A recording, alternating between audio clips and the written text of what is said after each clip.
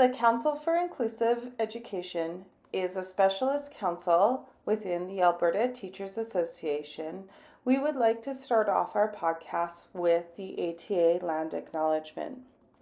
The Alberta Teachers Association acknowledges Treaty 4, 6, 7, 8, and 10 territories within Alberta. We acknowledge the many First Nations, Métis, and Inuit whose footsteps have marked these lands for generations, including the many places that you are joining us from. We are grateful for the traditional knowledge keepers and elders who are still with us today and those who have gone before us. We recognize the land as an act of reconciliation and gratitude to those whose territories we are residing on or visiting. Good afternoon, everybody. My name is Kelsey Bagnall, and I am the host today for Inclusive Chronicles, Tips and Tricks for Inclusion in Alberta. We are very honored here to have Catlin Tucker join us today on our podcast. So, Catlin, I'm going to pass it over to you to introduce yourself, and then I'll introduce the two other panelists for today. All right. Well, I'm Catlin Tucker. I spent 16 years in a high school English language arts classroom teaching in a very diverse public school in Northern California. I have been an instructional coach. I got my master's in education, my doctorate in learning technologies, and now I teach pre-service teachers at the graduate level through Pepperdine University, and I get to travel all over the world working with educators trying to shift to more kind of accessible, inclusive, and equitable learning experiences for students. Amazing. Thank you so much for joining us, Catlin. So excited. I'm also going to pass the mic over to Jen and then Kathy to introduce themselves. Hi, I'm Jennifer LaCourse, the president for the Council for Inclusive Education and a grade 5 teacher in Reddale, Alberta. I am Kathy Wiedrich. I'm the conference director for the Council for Inclusive Education, and I am a fairly newly retired teacher, still quite busy in the classroom as a guest teacher. Awesome. Well, thank you, everybody. So I just want to give a little bit of context on how we got here. So this whole series or season 3 of the Inclusive Chronicles, we have been doing a book club on Catlin's book, The Station Rotation in UDL. And we've had the opportunity to go through and read the chapters and have conversations about it this year. And we are very fortunate because Catlin agreed to be on our podcast today and answer a couple of our questions. So I'm going to start us off with the first question that I have. And so the first question is about inclusion and UDL beyond just differentiation. So many educators still think that inclusion is just adding on supports after the fact. How does the station rotation model shift the mindset towards designing learning experiences that are inclusive from the very beginning? Yeah, I think for me, inclusion really means designing classrooms and learning experiences where every student has access to meaningful learning. So again, avoiding that feeling like, okay, we're going to attach something extra to this. But and also that it's like opportunities to authentically engage with the work and other members of the classroom, really fostering that genuine sense of belonging. And it really recognizes, and what I love about station rotation is the opportunity to create these flexible pathways, because what we're recognizing is not all students are going to learn effectively the same way. They're not all going to travel from point A to point B in the same pace on the same path. And so how do we start to design strategically using the data we have available, but how do we design with instructional models and approaches that allow us that flexibility to recognize that if what we're truly trying to provide is accessible, inclusive, equitable learning experiences, that different students are going to need different inputs, like different amounts of teacher energy and time, different scaffolds and supports in moments, maybe different instructional approaches to understand something. And when we're trapped in that whole group teacher-led lesson model, if that's the only one we have in our tool belt, all of that kind of beautiful diversity of need gets positioned as problematic. And for me, I want teachers to be able to add to those instructional tool belts, have different ways to design learning so they can create that flexible pathway right from the start. It's not always using small groups to be kind of responsive to what we're seeing is not working, but almost being proactive about how do we make this work the first time. I love that. I use station rotation in my English language arts for my little grade ones. And what I have really done this year is with station rotation, I've seen a lot of that student agency with the stations, because there's always more stations in my classroom than students. And so when they're doing rotations, they have agency over what they're choosing based off of what feels right to them and what risks they're willing to take on any given day. And what I've really noticed is my kids go to all of them because they're safe. We've done a lot of pre-teaching because they're 6 and 7, and pre-teaching on how we go to a station and what that looks like. But it's given me the opportunity to really slow down some of my ELA instruction for those small groups and to be able to pull them. And it's really helped because I pull my group that needs the most teacher support first, so that they're getting that, and then they get to go to the stations, and they might choose something that is a little less risk taking, the first station rotation, but then the third one, they're a little bit more, they're not as tired, I guess, after the second station as they are after being with the teacher. And then the third station, they'll pick something else. So it's been really, really helpful from a proactive lens, and to see my kids and their reading scores grow as much as they have this year. Yeah, and you made the comment about like you have to pre-teach because they're 6 and 7. I would argue we should be pre-teaching. I don't care if they're 16 and 17. Like I think part of the problem is that elementary teachers do such a phenomenal job at onboarding kids to routines and tasks and structures.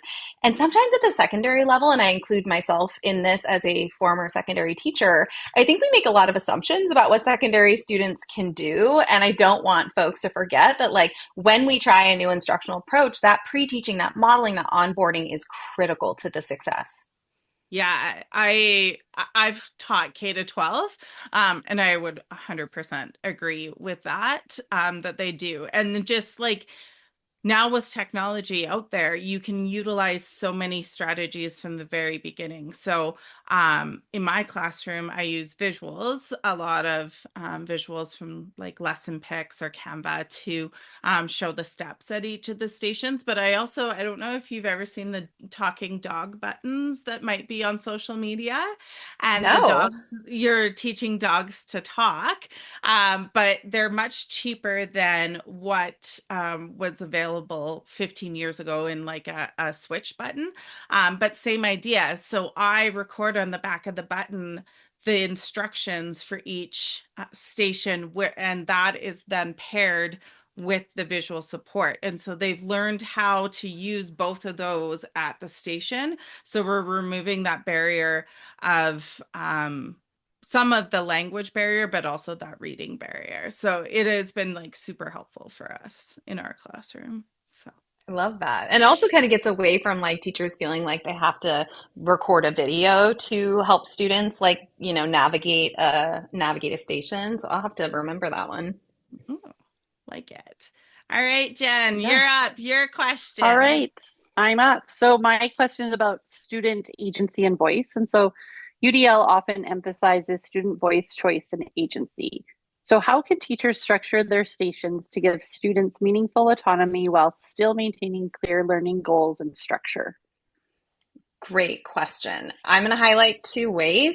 One is starting small. I think sometimes when teachers hear like give students choice, in their minds, they're picturing like some kind of an elaborate choice board, which you can absolutely do if you want to, but the research is really clear that the sweet spot when it comes to choices is 2 to 4. So you actually don't have to give students that many choices. So I encourage educators start small with a would you rather option at one of your stations, and have that would you rather option be construct specific, right? We're still targeting the same skills, we're still targeting the same concept, but we're giving them a meaningful choice at that station. Another thing that I like to do is there's a variation that I write about at the end of the book. I talk about a couple different spins on station rotation.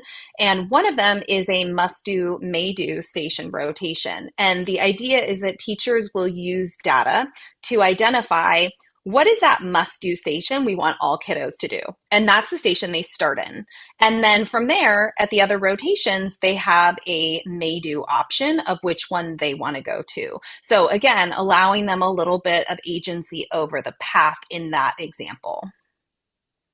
Yeah, I love that. I use it in my grade 5 math class, the station rotation, as I was going through and being able to pre-teach the kids stuff and find out where they're missing their basic facts, and working with them it's harder in a whole group setting. So I set up the stations so that they had different stations where they were sometimes using manipulatives, trying to create different things, different ways or whatever. But I did use the would you rather and must do, can do, or may do in some of the choices for like the worksheet. So it's like, here's like a worksheet, you guys must do this one, but you may do this one, and challenge yourself with that one is what I set it up as. And they actually, like, the kiddos that could go and were really really flew through them, they kind of started looking at the other ones going, well, why are these ones not must do?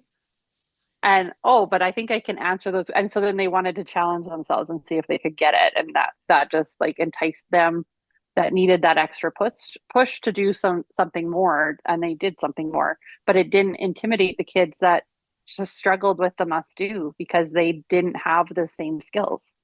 Yeah, there's So there's actually a progression that the Modern Classroom Project uses that's a must do, may do, aspire to do. And so sometimes I'll use that to structure an activity at a station as well, where it's like everybody has to do the must do. So it's not you're choosing one or the other, it's a progression. And then if you mhm. finish that must do, you can hit the may do. And if you finish the may do and you want to tackle that aspire to do, and we'll usually use icons. So the aspire to do has something like a rocket, and it's not designed to be just more work. It's challenging their thinking in different ways. And Yeah. so there are a lot of little things teachers can do at the actual individual stations to format the learning in a way that allows students to decide. And maybe they're capable of the aspire to do, but they're just tired that day and they don't want to do it. And it's like, hmm that's okay sometimes.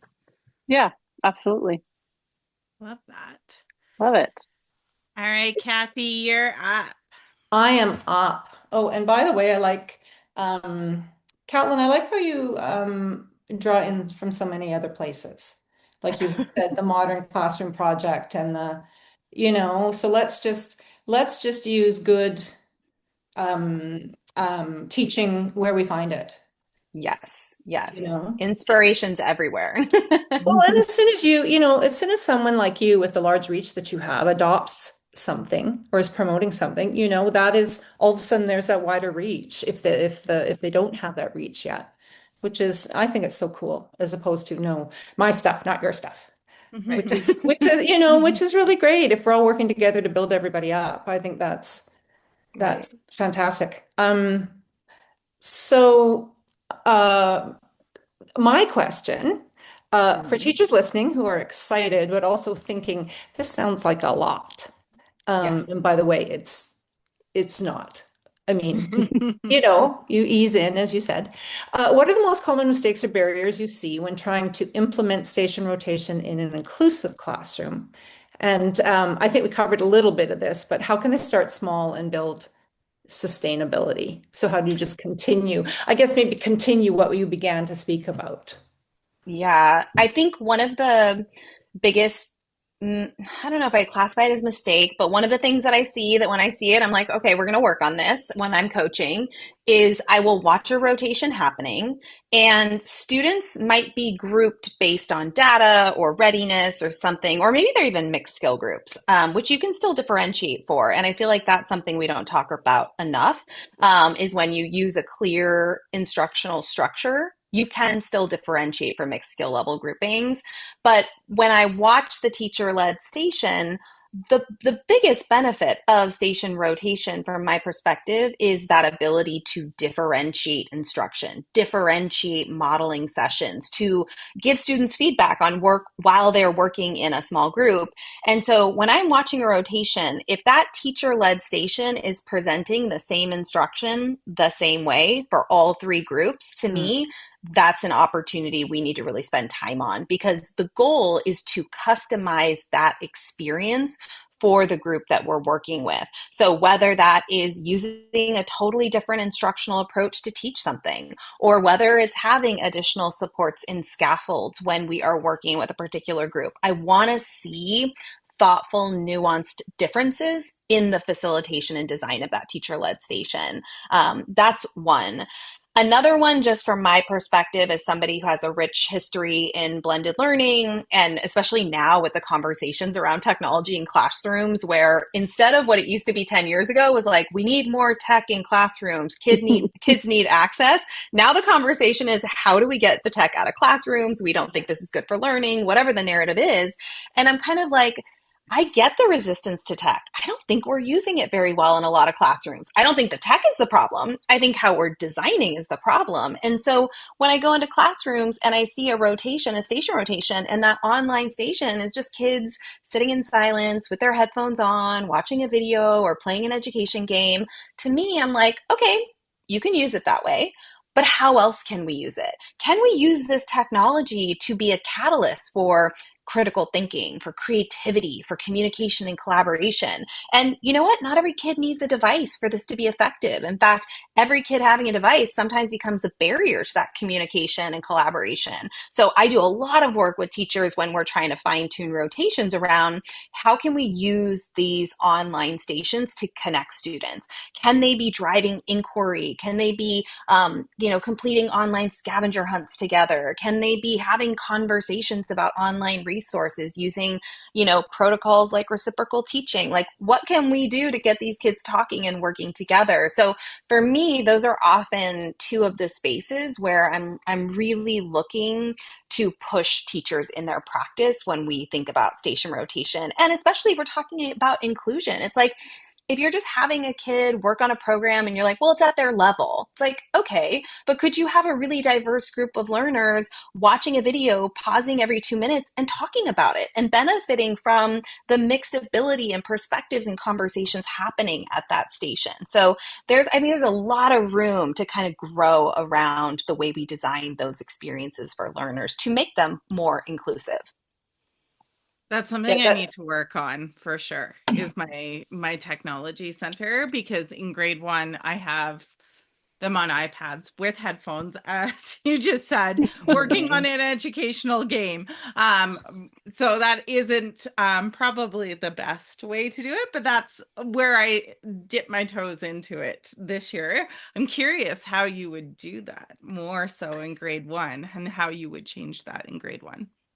I wouldn't throw that out. Like, I think there's total value in there. For me, it's more like balance. So I was coaching it was actually a first and second grade combo class.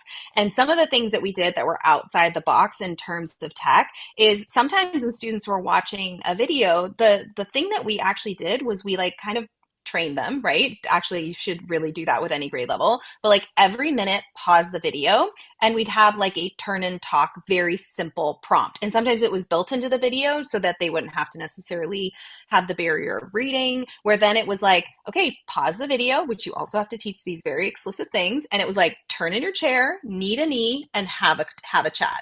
and then go back to the video. So there are all these little things that were just like, how do we build almost like cooperative learning into the video?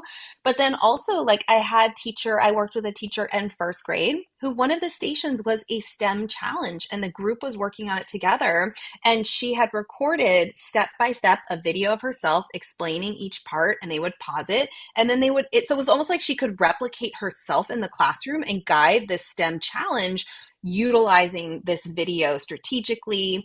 And then I worked with a first grade, this is another first, second grade combo.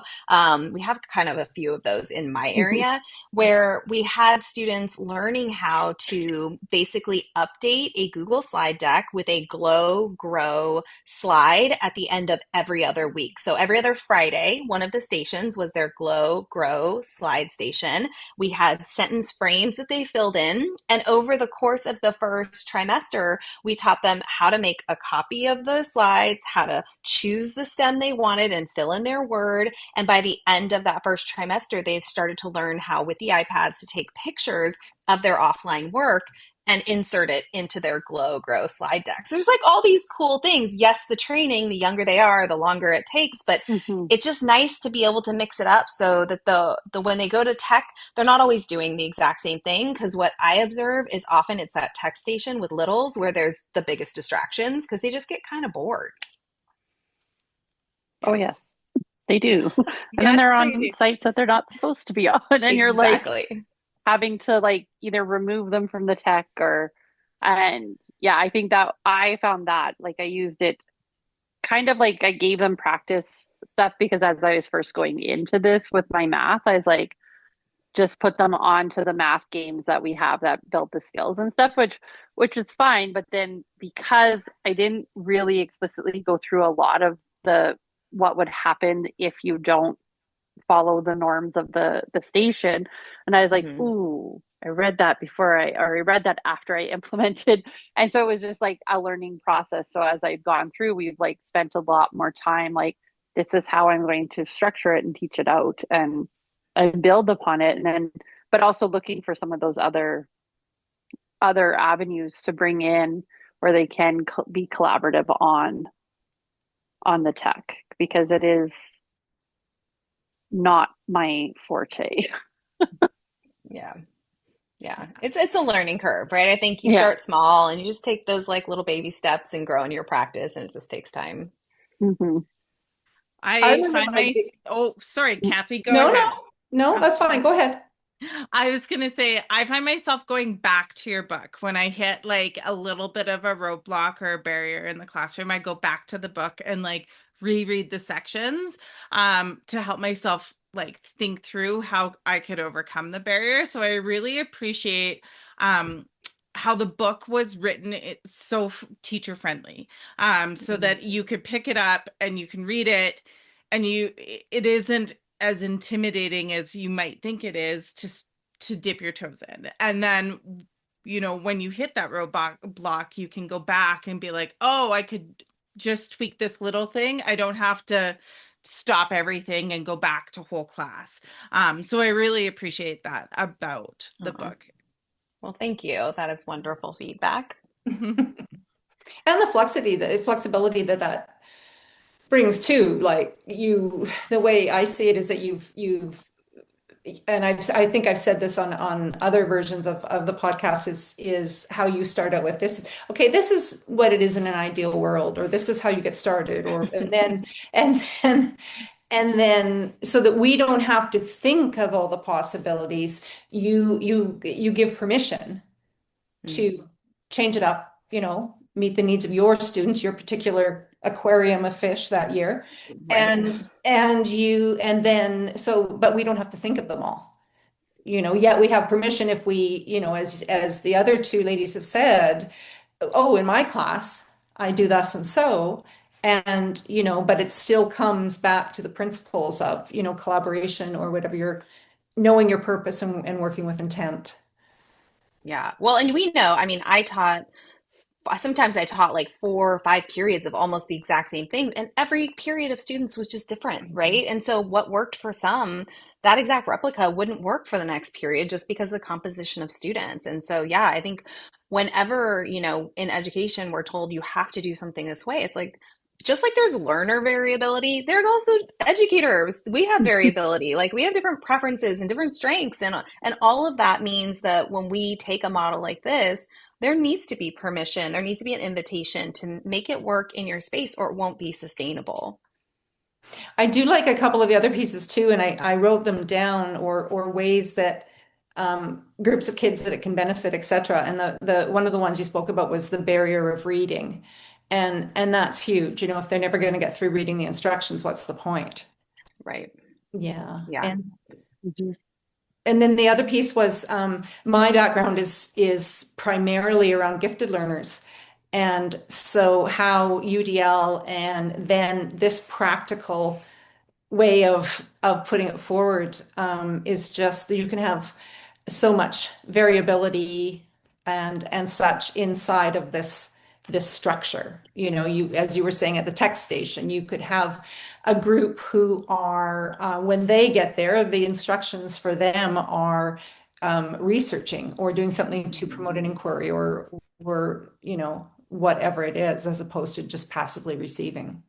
Yeah, so often we focus in education on the conversation around the learners who need additional support, and that's such an important conversation to have.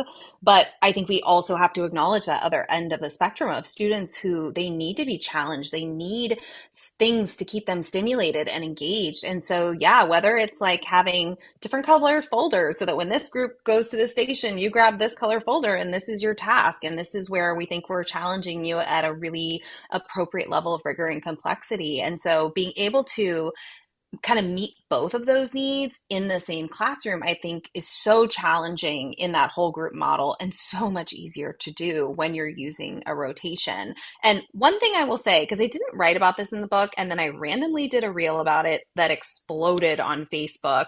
I think one of the barriers to entry for educators is so often when you're transitioning from that whole group lesson to a rotation, the big stumbling block or sometimes the hurdle that prevents teachers from doing it is they can't figure out how to design a